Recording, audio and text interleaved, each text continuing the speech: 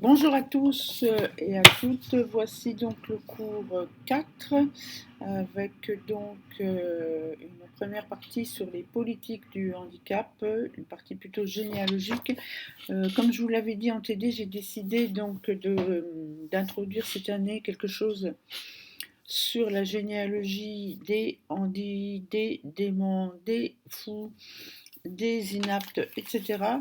En prévision donc de vos exposés, dont certains vont sur les autistes, et aussi peut-être de manière à la fois généalogique, très actuelle et très politique, comprendre un petit peu quelle est la violence et la structure des accusations du discours à l'endroit, à l'encontre de Greta Thunberg, donc jeune activiste pour la défense de la planète, qui maintenant donc a une audience globale et qui s'est donc elle-même auto-identifiée comme ASPI, donc étant porteuse du syndrome d'Asperger, qui est une des classifications médicales de l'autisme, autre classification médicale. Alors de manière plus généalogique, un peu comme on l'a fait pour la production de l'inversion des investis et des pervers, j'aimerais revenir un petit peu donc sur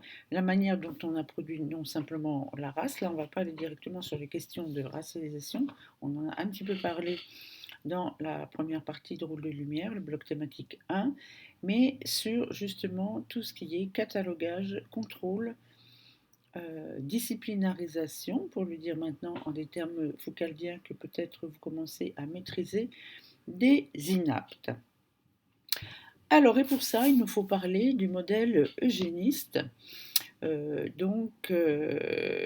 Parce que si on veut comprendre quelque chose, comment on a pu constituer une classe ou un groupe ou des types de handicapés, eh bien, il faut revenir sur la manière dont on a pu concevoir, notamment au XIXe siècle, qu'il y avait d'un côté des inaptes et des personnes aptes. Et ça se comprend notamment euh, en liaison avec les politiques eugénistes qui vont justement permettre de déterminer les personnes qui doivent naître, ceux dont la reproduction est souhaitable et les autres.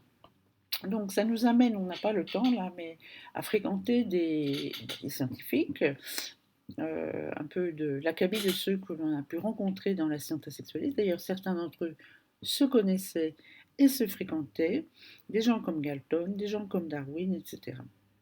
Donc en 1883, Galton publie Inquiries into Human Faculty and its Development, enquête dans le développement de la famille humaine, et c'est là qu'il utilise pour la première fois le terme d'eugénisme. Alors, je ne suis pas un grand fan de l'étymologie, mais enfin, l'eugénisme, c'est quoi Du grec eugénès, hein, étymologiquement, ça désigne le cheptel, donc en fait le bétail, bien né, de qualité, la bonne race, en quelque sorte, dans un troupeau. Donc ce sont des théories qui vont se croiser avec d'autres, notamment avec celle de la théorie de l'évolution de Darwin, avec cette idée que les humains peuvent, voire doivent, influencer ou influer sur leur évolution, influencer leur évolution de manière positive en pratiquant la reproduction sélective. Donc dès maintenant, on peut voir, même si c'est un petit peu binaire, on peut distinguer deux types de politiques eugénistes. Vous verrez qu'on peut reposer cette question actuellement. Celle qui serait, disons, positive et celle qui serait foncièrement, en tout cas explicitement, négative. Les politiques eugénistes positives, c'est de favoriser la reproduction de ceux qui sont plus désirables que d'autres. On pense que donc ça va améliorer encore une fois le stock.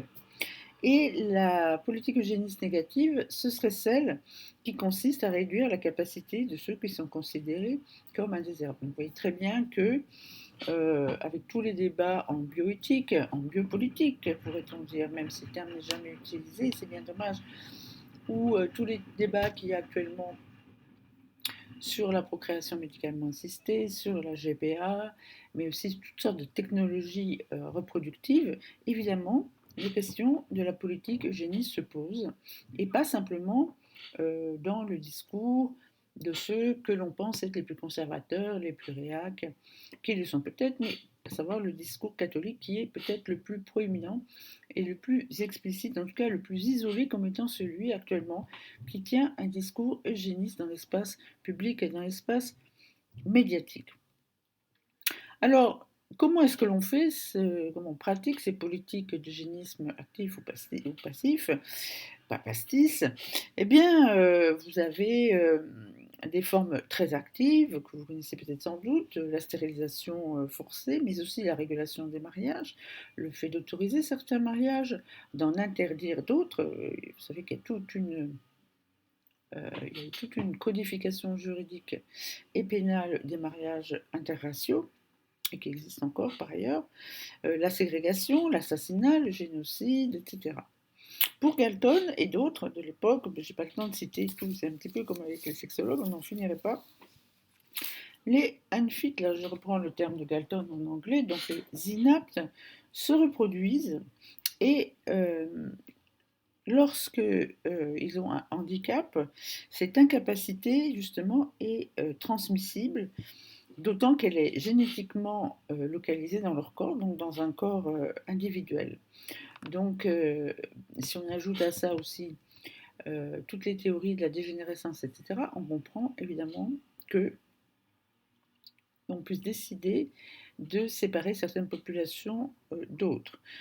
Et donc, c'est intéressant pour la question des politiques du handicap parce que, y compris chez les nazis, mais encore récemment, les eugénistes, donc c'est aussi le nom finalement d'une solution, l'eugénisme, pardon, pour éradiquer le handicap de la société, le discours bien sûr. Alors on a une explosion de ce type de politique au début du 19e siècle, pardon, à la fin du 19e siècle, au début du 20e siècle. On pourrait effectivement relier tout ça à ce que nous apprend Foucault de la nécessité d'une gestion de la population, d'une administration de la population qui se dégage bien avant d'ailleurs la fin du 19e siècle selon Foucault, mais à partir du 17e avec l'arrivée notamment du mode capitaliste. Pardon. Donc Darwin, Galton, d'ailleurs qui sont cousins, ont des échanges sur ce type de théorie et surtout vous allez avoir une explosion des sociétés, des organisations eugénistes un peu partout dans le monde. Donc aux USA, en 1906, vous avez l'American Breeders Association Eugenics Committee. Donc c'est bien ce que ça veut dire. Hein. Breeder, c'est le fait d'élever, comme on élève un chien, des animaux.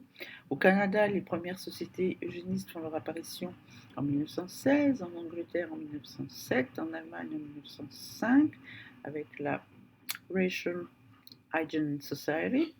Mais on trouve aussi des sociétés eugénistes au Brésil, en Hongrie, en Russie, dans les pays du Nord, etc. Alors c'est vrai que souvent, quand on pense eugénisme, on associe l'eugénisme avec les politiques nazies, qui de fait l'étaient, mais c'est aussi souvent pour en faire un épouvantail qui masque justement l'incroyable expansion et diffusion des théories et des sociétés eugénistes en Euro-Amérique et dans certains pays d'Amérique centrale et d'Amérique latine. Alors évidemment, la différence avec, on y reviendra tout à l'heure rapidement, mais avec laquelle les nazis vont appliquer les théories eugénistes, les politiques eugénistes dans les années 30 et les années 40, et qui vont mettre en place des politiques eugénistes de masse et qui sont mises en place par des États, sachant que, encore une fois, les politiques publiques dont je vais parler, qui ne sont pas allemandes ou nazies, ont aussi été le fait d'États. Maintenant, qui sont ces inaptes? Oui, c'est important parce que dans inaptes, vous allez me dire, on ne parle pas de handicap, mais en fait, la manière dont l'Occident va comprendre et surtout construire le handicap est très très liée, encore une fois, à l'influence déterminante des théories eugénistes, des théories et des pratiques eugénistes. Alors, qui sont ces inaptes? Qui sont ces unfit? Qu'est-ce qui fait la différence entre ce qui fit, ce qui va, et ce qui ne fit pas? Donc, deux classes de personnes C'est intéressant de voir que dans cette classe ou ce groupe des personnes unfit, inaptes, est assez étendu. Vous avez les femmes, les personnes racisées, les invertis, les homosexuels, les pauvres, les classes laborieuses, les ouvriers. Des qualités, donc, on peut reconnaître ces gens-là parce qu'ils ont des qualités négatives que l'on peut voir, que l'on peut décrire, que l'on peut reconnaître physiquement. L'autre catégorisation à l'intérieur, si vous voulez, des unfit, ce sont les faibles d'esprit, les débiles, les crétins. En fait, ce sont des vocables qu'on utilise maintenant sans en percevoir justement le poids à la fois médical, pathologique et l'origine. Par exemple, quand on traite quelqu'un de débile. Et là, les critères sont multiples, mais certains sont intéressants, plus intéressants que d'autres. On peut reconnaître un débile, un faible d'esprit, à son incapacité, par exemple, à réussir à l'école primaire. Vous savez qu'il y a tout un développement des écoles et aussi un développement des politiques publiques d'instruction pour tous et toutes, et aussi d'éducation, d'enseillement obligatoire au XIXe siècle notamment. On pense à la fameuse Troisième République en France, au rôle de l'instituteur, l'émergence de la figure de l'instituteur et du professeur. Et avec cette idée que l'éducation est l'un des facteurs donc importants dans notre société et que ne pas pouvoir y participer, c'est aussi un facteur de destruction de ce qui fait notre civilisation.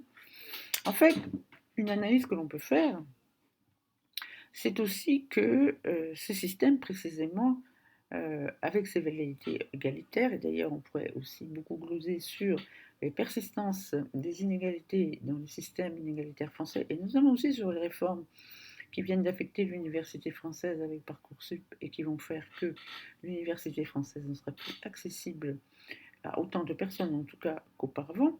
C'est un système évidemment de sélection. Donc on pourrait faire l'analyse en fait que le système de l'éducation exclut certaines catégories de personnes et notamment les pauvres. Et on pourrait dire que finalement on accuse les personnes exclues du système de créer des problèmes sociaux ou d'être à l'origine des problèmes en fait qu'elles n'ont peut-être pas elles-mêmes créés. C'est aussi que on pourrait regarder un petit peu comment se répartit la notion justement des idées eugénistes à la fois par classe et aussi qui elle affecte. C'est-à-dire que ce sont les classes supérieures qui ont accès à l'éducation et qui sont à l'origine des inégalités, qui sont aussi celles qui développent le plus ces théories eugénistes. Il y a aussi une question de contexte, évidemment, c'est que l'eugénisme, le mouvement eugéniste, un vrai mouvement, se développe après la révolution industrielle, alors qu'il y a différentes phases, mais où on sait que la pauvreté augmente, notamment dans les villes, que les disparités augmentent aussi, et qu'elles sont causées par le capitalisme et l'évolution justement de la société industrielle. Les cibles de l'eugénisme sont donc les gens, il y a aussi d'autres catégories, notamment dans l'espace urbain, donc les alcooliques, les inefficaces, les immoraux, les stupides. En gros, si on voulait voir un petit peu quel est leur point commun, ce sont tous des improductifs en fait.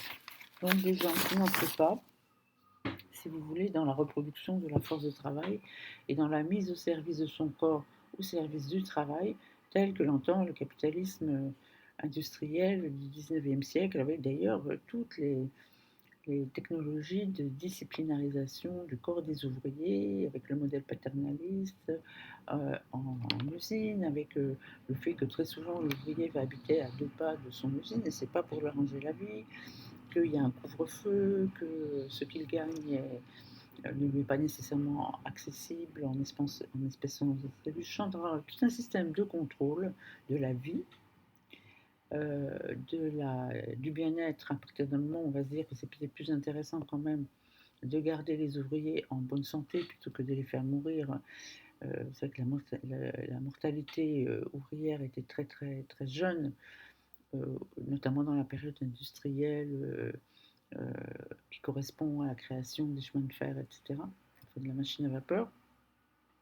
Enfin bref, tout ça pour dire qu'il y a une différence entre ceux qui peuvent produire en vivant pas très longtemps, et puis ceux dont on juge qu'ils sont inaptes, qu'ils ne peuvent donc pas participer à la fois à la reproduction d'eux-mêmes, à la reproduction tout court, sexuelle, et à, au travail. Donc on voit là comment les pauvres peuvent entrer dans la catégorie justement des inaptes. Par exemple, Davenport, qui est un eugéniste américain, pense que les pauvres sont génétiquement incapables de participer à l'économie capitaliste compétitive et de subvenir eux-mêmes à leurs besoins. Donc on voit bien que la pauvreté, qu'on peut voir comme une réalité économique et politique, peut être vue avec des théories eugénistes, non pas comme une conséquence de l'injustice ou du capitalisme, mais de tares génétiques dont on peut hériter, qui peuvent se transmettre. Et parmi les pauvres, il y a beaucoup de personnes racisées et de couleur qui vont être pris en écharpe, en quelque sorte pris en charge par le discours eugéniste. C'est le cas des Irlandais, je crois que j'en ai déjà parlé, les Irlandais donc qui immigrent en masse suite à des familles très importantes en Irlande, donc ils vont immigrer notamment aux États-Unis, et qui vont être négrifiés, considérés, racisés en tout cas comme des personnes non blanches. On va aussi être bien servi par le discours eugéniste, tout autant d'ailleurs que les juifs et les immigrants de l'Europe de l'Est, qui sont considérés comme des non-blancs lorsqu'ils immigrent aux États-Unis. Galton, d'ailleurs, va établir une échelle, une gradation pour les inaptes, où figurent en bonne place donc les Juifs et les Irlandais, et où les Noirs sont systématiquement placés en bas de l'échelle.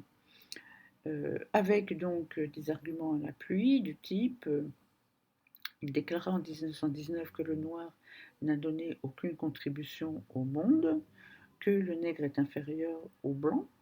En 1912, au premier congrès international eugéniste qui se tient à Londres, Davenport, lui, va dire qu'il serait temps de séparer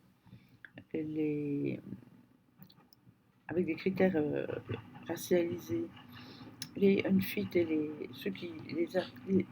inaptes et les personnes aptes, donc avec la société blanche, en, en arguant du fait qu'ils ne vont pas bien avec notre organisation sociale. Autre propos de Davenport, les Éthiopiens n'ont pas réussi à reconnaître le droit à la propriété, à produire une industrie. Ils n'ont pas d'ambition. Donc ça, c'est un petit peu le modèle libéral, à la fois au sens du sujet du droit libéral démocratique, je l'ai évoqué dans les autres cours, mais aussi le modèle, évidemment, de l'administratif, puis de l'entrepreneur, en fait. Si vous voulez, la subjectivité capitaliste compétitive. Et il ajoute également que non seulement ils n'ont pas d'ambition, mais ils n'ont pas de contrôle de leur sexualité. Ça, c'est très important parce qu'on voit très bien aussi comment tout se croise, le genre, la classe et la race, et comment l'idée que les personnes racisées ou les personnes handies ou les personnes qui ne sont pas aptes ne contrôlent pas leur sexualité est vraiment un leitmotiv et que, évidemment, à la clé, on peut dire alors qu'il va falloir contrôler leur sexualité à leur place. Et je pense que pour ceux-là qui viennent de voir Princesse Tam Tam, on voit très bien que c'est un discours en fait qui perle dans le film. Alors d'autres groupes sont concernés, les homosexuels, les femmes, même si on ne dit pas homosexuels comme on l'a vu, mais les invertis, les instincts sexuels contraires, les uraniens, etc. On voit bien là aussi comment le genre et la sexualité jouent, et d'autant que la question des homosexuels, c'est de savoir s'ils peuvent ou s'ils doivent se reproduire.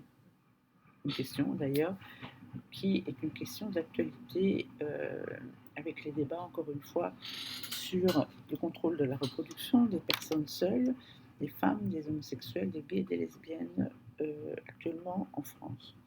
Aflochélis, dont j'ai beaucoup parlé et dont vous avez pu lire les extraits édifiants de Psychopathia Sexualis, notamment sur la lesbienne dégénérée, est eugéniste.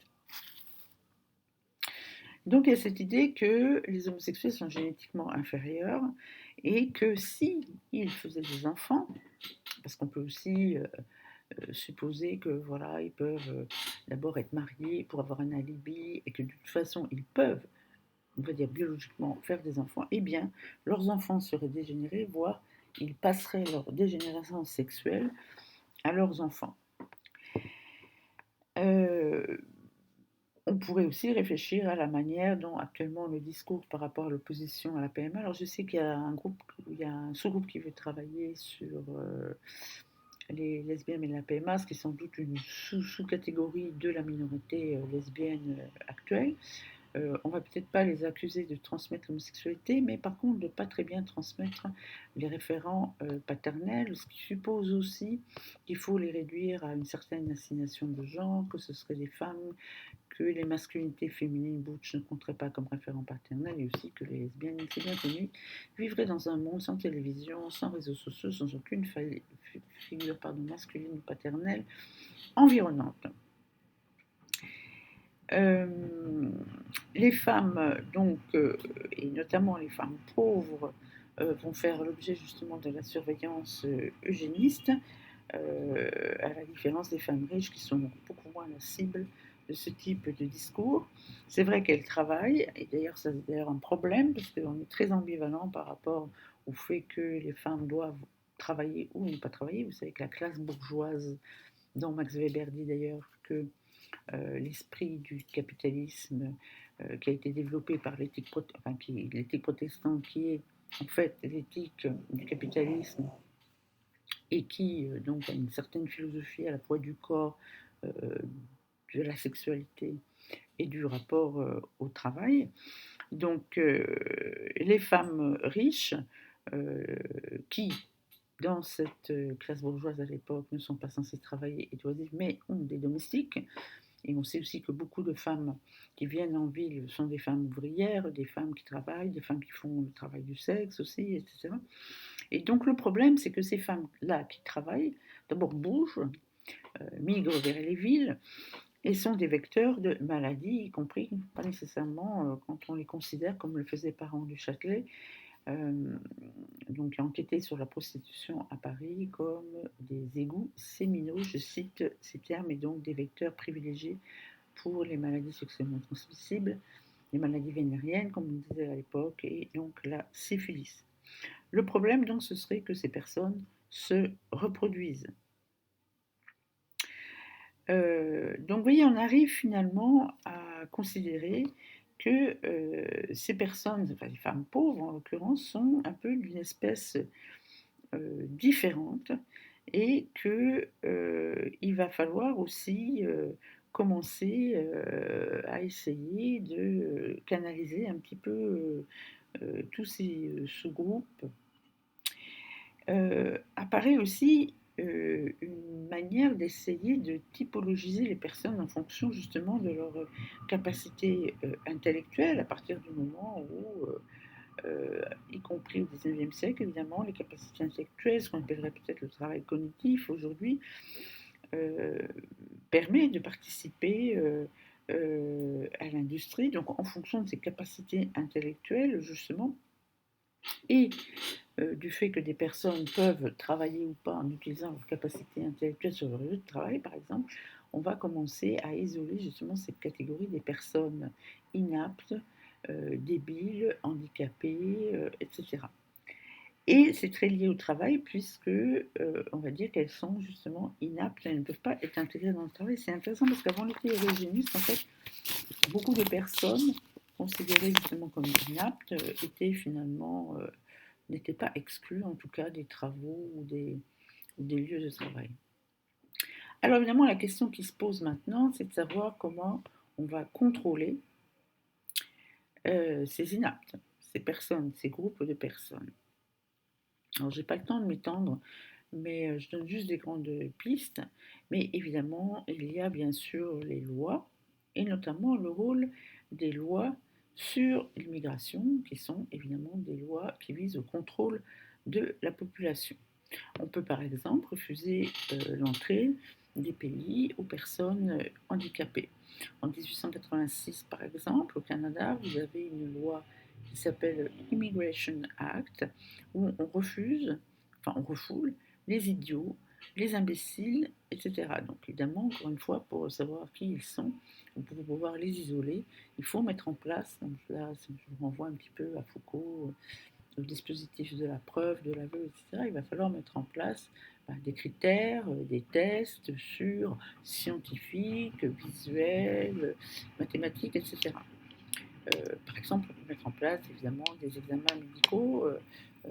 Récemment, enfin assez récemment, vous savez que l'entrée des personnes séropositives a longuement été interdite par les États-Unis. Donc les lois sur l'immigration sont souvent servent en tout cas à refuser, en tout cas à la fin du XIXe siècle, à refuser les personnes inaptes, improductives, etc. Une autre solution, évidemment, est la stérilisation, qui est une manière de contrôler la population à l'intérieur d'un pays.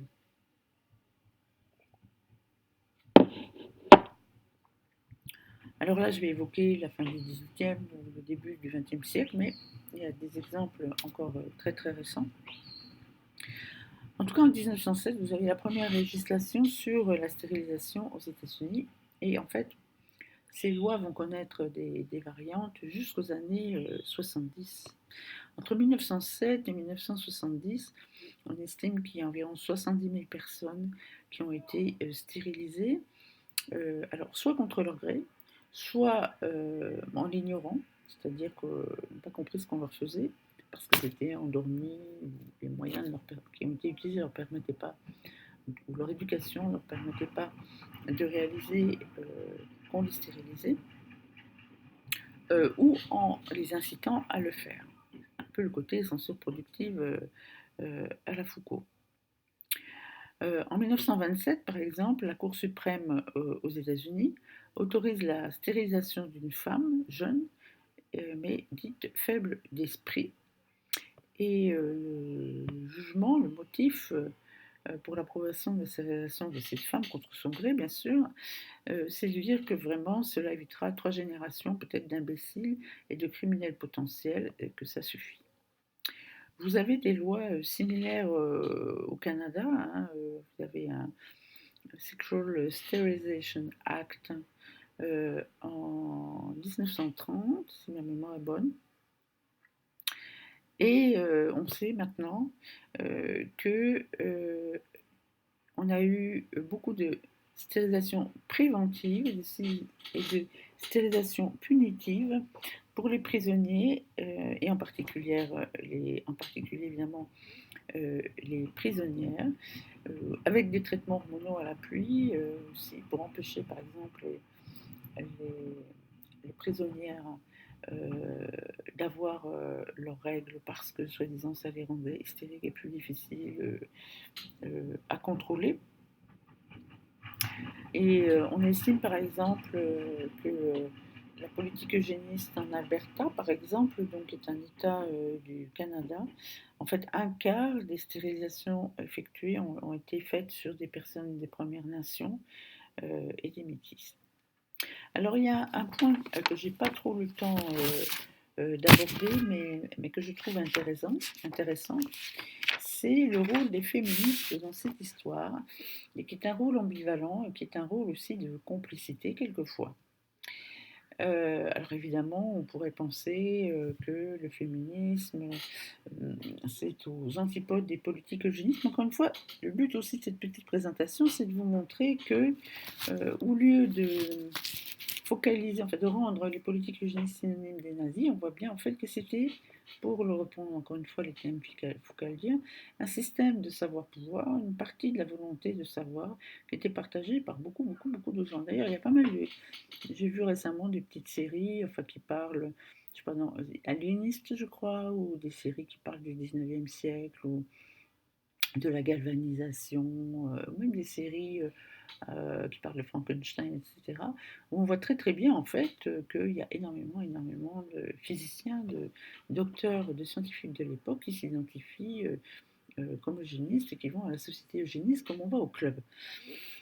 Alors les féministes, c'est compliqué parce qu'évidemment, à partir du moment, et là je parle des féministes dites de la première vague, c'est-à-dire les féministes de la fin du 19e siècle, notamment dans les pays anglo-saxons, les suffragettes par exemple, qui iront sur le droit au vote, mais aussi qui vont, les féministes en général issus de la bourgeoisie blanche oisive, et qui vont commencer à essayer, oui, un mouvement féministe axé sur les droits, sur le droit de vote, et aussi évidemment sur le contrôle de la reproduction et les grossesses, et aussi posant la question de qui doit faire ou pas des enfants, qui doit se reproduire. On n'est pas tout à fait encore dans le discours du féminisme de la seconde vague.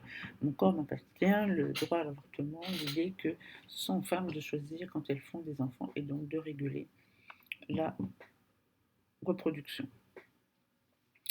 Alors évidemment, c'est un effet paradoxal, mais vous voyez bien que comme les femmes étaient stigmatisées au même titre, enfin justement labellisées, étiquetées, catégorisées au même titre que les unfit, que les inaptes, eh bien elles vont utiliser, euh, euh, essayer de retourner justement ce stigmate, puisqu'il y a beaucoup de campagnes où justement on les a alignés avec les débiles, avec les hystériques, donc en fait avec les handis, avec les inaptes. Et donc elles vont essayer de déconstruire un petit peu cette nature, entre guillemets, qu'on leur a pathologique, qu'on leur a imposée, et souvent liée à leur capacité reproductive. Hein, je ne reviens pas sur tout ce que veut dire hystérie, etc., pour demander leurs droits, justement, et pour essayer de se distinguer, de dire nous, on n'est pas comme ça. Le problème, c'est que très souvent, les campagnes qu'elles vont mener vont renforcer, activement ou pas, volontairement ou pas, l'oppression justement des groupes qu'elles vont laisser derrière, donc les femmes pauvres, les gens pauvres, les personnes racialisées, les femmes racialisées, les homosexuels, parce que c'est certainement pas des politiques féministes de la première vague vont certainement pas inclure les minorités sexuelles et de genre, etc., etc. Donc on voit bien comment quelqu'un s'en sort, un groupe s'en sort au détriment des autres. D'ailleurs, il y a beaucoup de féministes aux États-Unis, en Angleterre, célèbres, qui étaient des eugénistes déclarés et qui, en revendiquant leur capacité euh, à être plus aptes justement à s'occuper en tant que femme du contrôle des naissances, à développer des campagnes aussi pour le contrôle des naissances, vont le faire au nom de l'amélioration du stock, de l'amélioration du justement du stock en français, c'est donc du bétail, quoi, du cheptel, pardon. Donc on peut dire que l'eugénisme a fait partie, était justement une partie importante du féminisme euh, de la première vague, et par contraste, donc pour s'opposer encore une fois aux personnes débiles, aux personnes crétines, etc., va surgir la femme moderne. Hein, d'ailleurs, il y a toute une réflexion sur l'émergence de cette femme moderne, qui est la femme qui vote, qui est la femme qui demande qui est une nouvelle catégorie de personnes, une nouvelle subjectivité en fait féminine, un nouveau type de femme, si vous voulez. Cette fois-ci, évidemment revendiquée par les femmes, puisque justement, en tant que minoritaires, elles utilisent le féminisme pour sortir des cages identitaires pathologisantes et bien plus dans lesquelles on a voulu les mettre. Mais évidemment, cette femme émancipée, indépendante, artistique, vous avez beaucoup de représentations de la femme moderne, y compris justement dans tous les arts modernistes, les avant-gardes, etc. C'est une femme plutôt riche, plutôt hétérosexuelle, qui combat pour l'égalité, mais ce ne sont certainement pas, encore une fois, des femmes racisées, psychiatrisées, etc., etc. Donc les femmes sont des femmes privilégiées qui vont demander leurs droits et accès à d'autres privilèges dont on les privait par rapport aux hommes, mais qui, quelque part, vont le faire au détriment d'autres catégories de professions, au détriment d'autres catégories de femmes, voire justement en les stigmatisant à leur tour pour bien s'en démarquer. Donc c'est quand même pas inintéressant. Le féminisme étant par ailleurs, mais y compris les politiques LGBT, exposées à ce type, non pas de retournement de situation, mais d'impulsion, si vous voulez, dans les politiques, notamment de droits différentiels par rapport à d'autres groupes. Alors là, j'ai beaucoup parlé du Canada, j'ai beaucoup parlé du Canada des pays plutôt anglo-saxons. La France dans tout ça, donc la France ne fait pas vraiment exception. Hein. Vous avez aussi des sociétés eugénistes euh, en France. Elle a ses théoriciens. Elle a aussi des théoriciens très très impliqués, hein, comme Vacher-Lapouge, qui est à la fois le père de l'anthropométrie, de la craniométrie, etc. Vous avez un eugénisme raciste, etc. Mais c'est vrai que le contrepoids du catholicisme en France, qui est contre justement le fait d'intervenir dans la procréation, va jouer un rôle peut-être pas bloquant, au point de bloquer le mouvement eugéniste, mais assez prononcé en France. Là, je parle bien justement du mouvement catholique, enfin du mouvement catholique des catholiques qui sont différents des protestants et de toutes. Quand on parle des protestants, plus ou moins tout unifié, y compris des catholiques aussi, c'est toujours un peu problématique puisqu'il y a énormément de sectes sans connotation particulière, de courants, etc., etc. Alors, ceci étant, pour ce qui est de la typologisation ce qu'on va appeler les handis plus tard, les handicapés, les gens présentant un handicap mental ou physique, donc, vous voyez, on retrouve un petit peu hein, tous ces traits caractéristiques, enfin ces critères en tout cas, pour faire un saut un petit peu dans le temps. Vous avez un rapport qui date de 98 hein, sur les politiques que posent les politiques de stérilisation des personnes handicapées en France, qui a été publié par l'Inspection générale des affaires sociales. En 96, donc j'ai pas les chiffres récents, mais 15 cas de stérilisation de personnes handies ont été répertoriés. Et dans la stérilisation, il faut bien sûr inclure la vasectomie.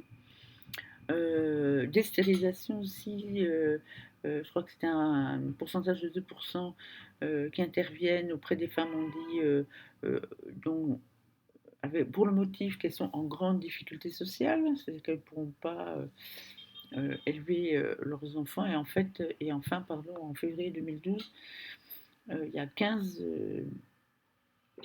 Français qui ont été stérilisés à leur insu à la fin des années 90, handicapés, qui ont porté plainte. La plainte a été classée sans suite en France et donc il y a eu un recours à la Cour européenne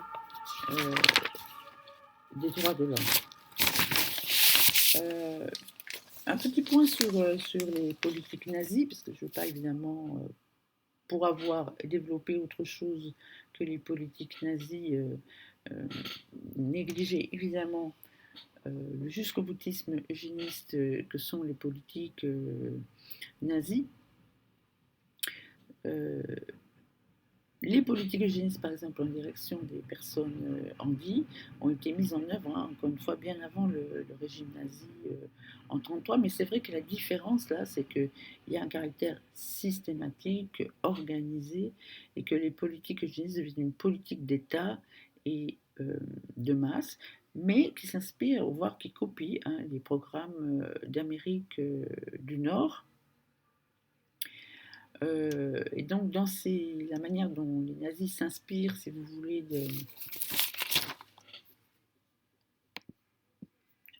sur l'écran, pardon. Bon.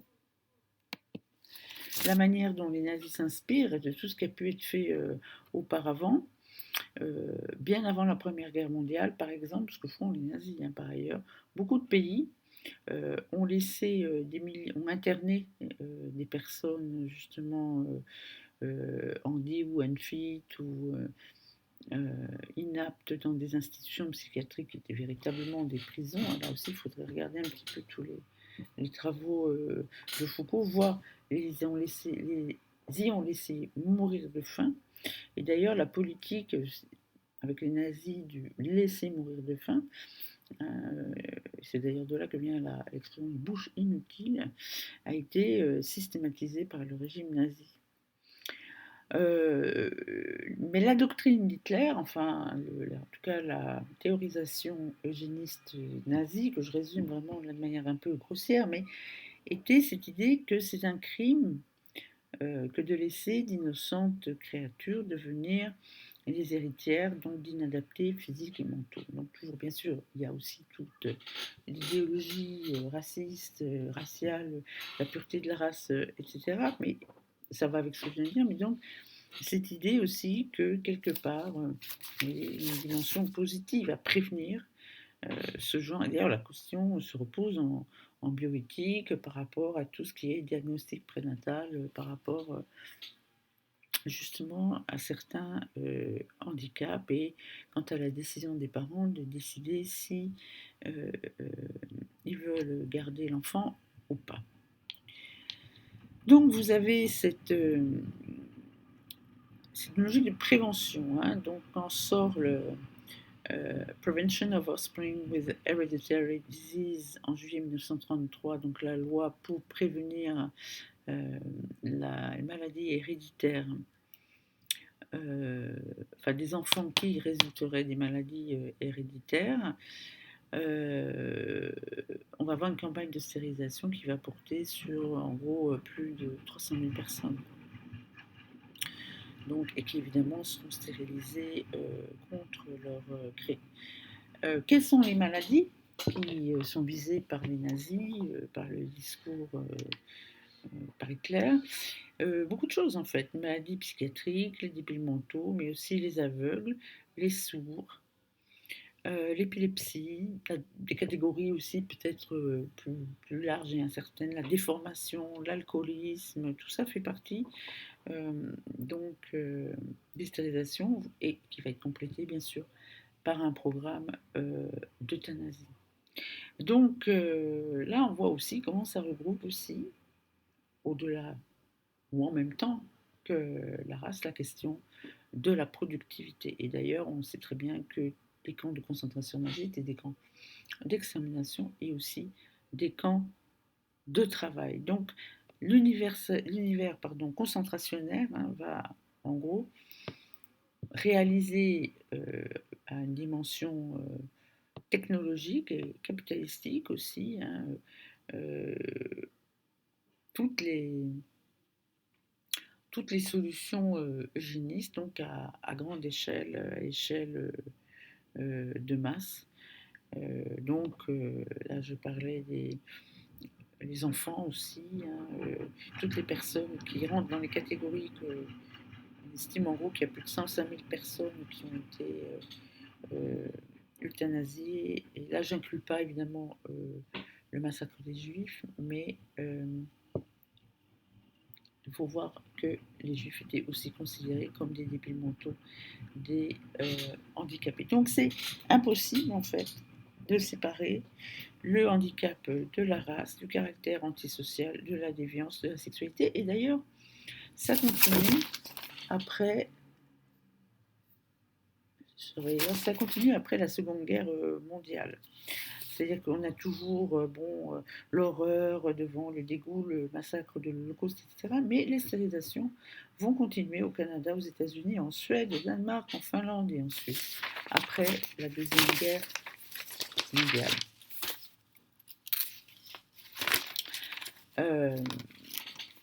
Ce qui va changer, par contre, c'est on va changer, si vous voulez, de manière de conceptualiser le handicap.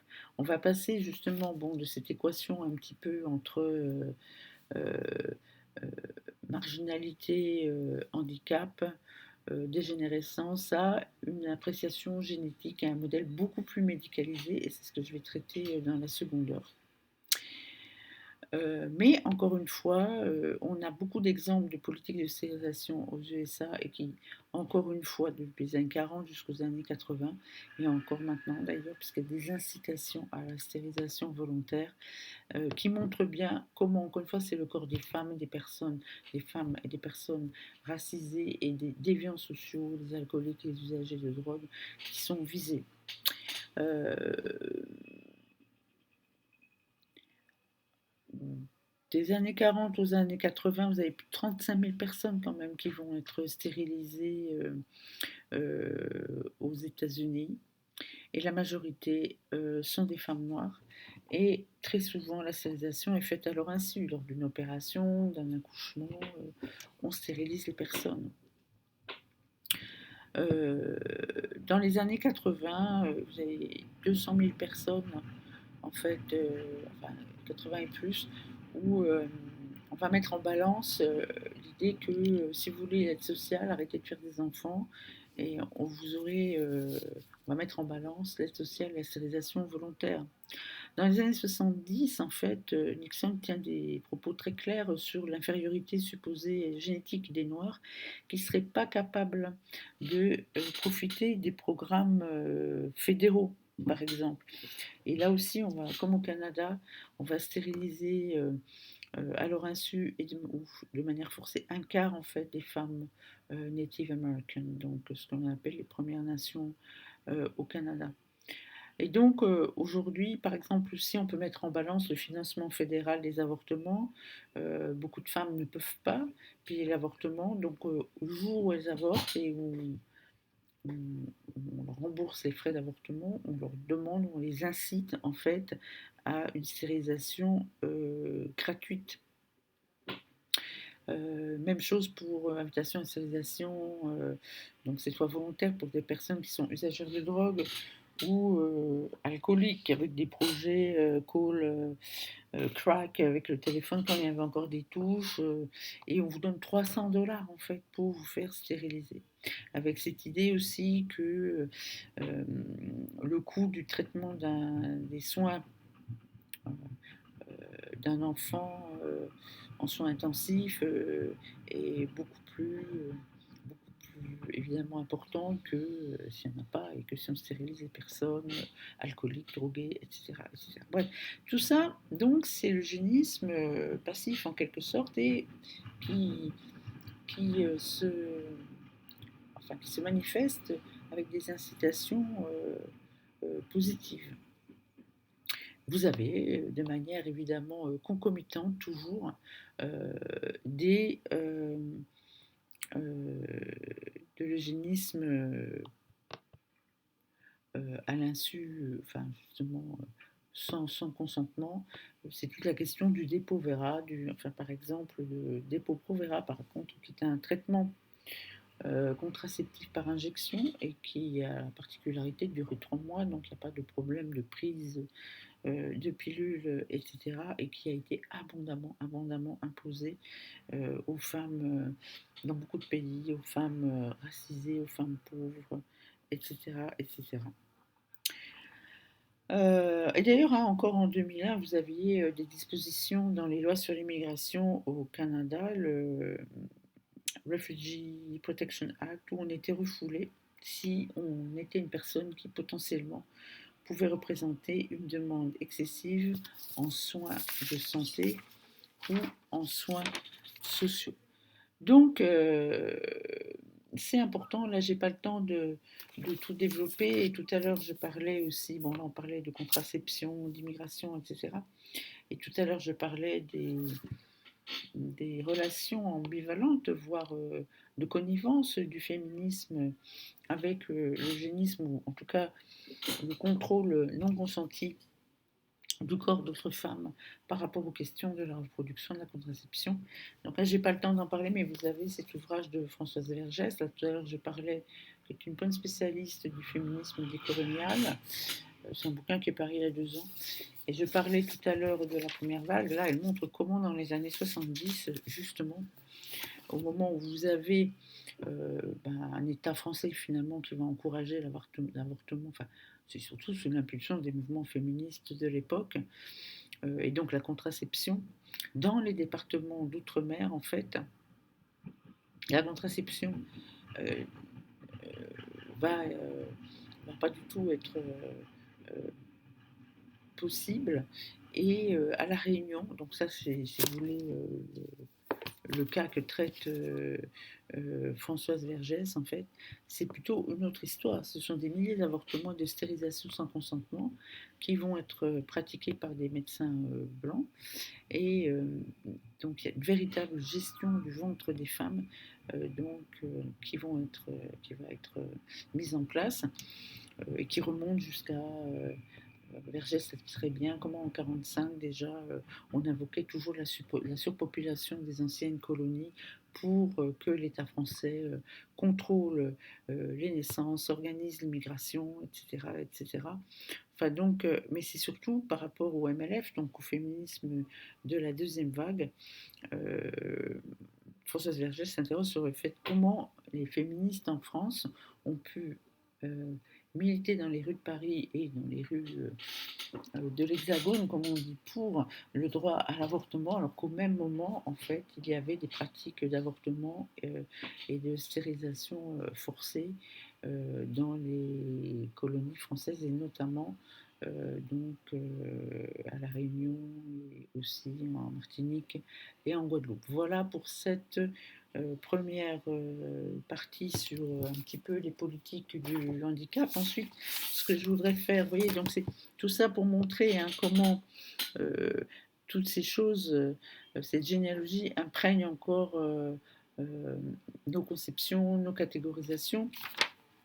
Et comment, et là ça va être un petit peu un parallèle par rapport à ce que l'on a vu dans le cours précédent, le cours magistral précédent sur la production d'inversion, la médicalisation justement va prendre le relais de l'eugénisme et de la racialisation directe en tout cas, et comment ça va également contribuer à la pathologisation et à la médicalisation d'une minorité que l'on reconnaît, que l'on pathologise, que l'on stigmatise en raison de ces difformités, de ces incapacités que l'on s'emploie à rendre reconnaissables et non transmissibles. Merci beaucoup.